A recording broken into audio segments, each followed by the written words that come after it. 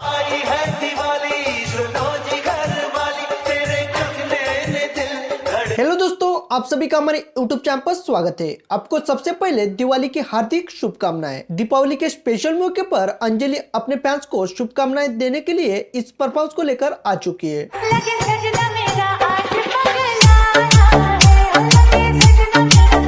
अंजलि ने दिवाली के स्पेशल मौके पर इस परफॉर्मेंस को बनाया है। ये परफॉर्मेंस अंजलि ने जूही चावला और गोविंदा के गाने पर किया, जिसमें अंजलि की एक्टिंग लाजवाब है और इसके वीडियो सोशल मीडिया पर जमकर वायरल हो रहे हैं। अंजलि ने दिवाली के स्पेशल मौके पर देवदास मूवी के पारो के लुक को भी क्रिएट किया, जिसके फोटोज अंजलि ने सोशल मीडिया पर शेयर किए। इसके साथ में शिवानी कुमारी के कॉमेडी वीडियो भी तहलका मचा चुका है। तो सबसे पहले शिवानी कुमारी के कॉमेडी वीडियो को भी देख लेते हैं। दिवाली पर गिफ्ट देना हो तो मेरा एड्रेस मांग लेना, शर्माना मत।